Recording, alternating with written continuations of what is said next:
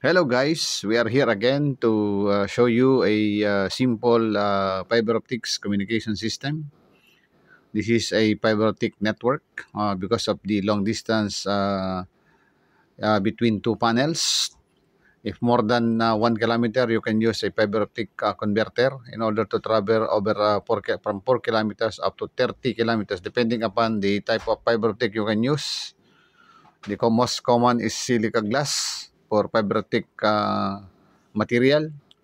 So you can see the internal connections between two fiber optic converter is a crossover from transmit to receive and receive to transmit, and a signal ground. And from parallel panel, from input and output, you can connect to D plus or D minus. Okay, with the external power supply, and it must be earthed. Okay, so this is just a simple communication setup and connection of fiber optic system. We are using a fiber optic communication single mode with the model number or part number of 784769. If we are using multi-mode, the part number is 784768.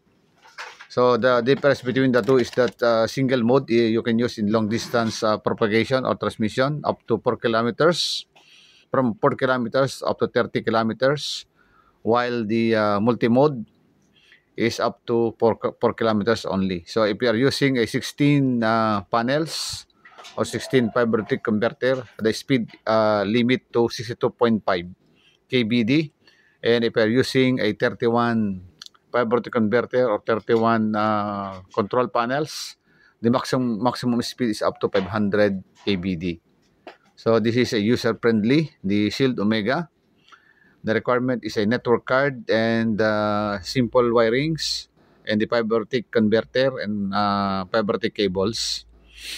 So this is a very without any interference, electromagnetic and natural interference. You can use underground propagation or undersea water, because this is made of glass. This is there is an immune to noise, natural and humanoid. Please subscribe and support me, guys. I will share a lot of basic information and knowledge for fire alarm system. Thank you very much, guys. God bless you all. Bye bye.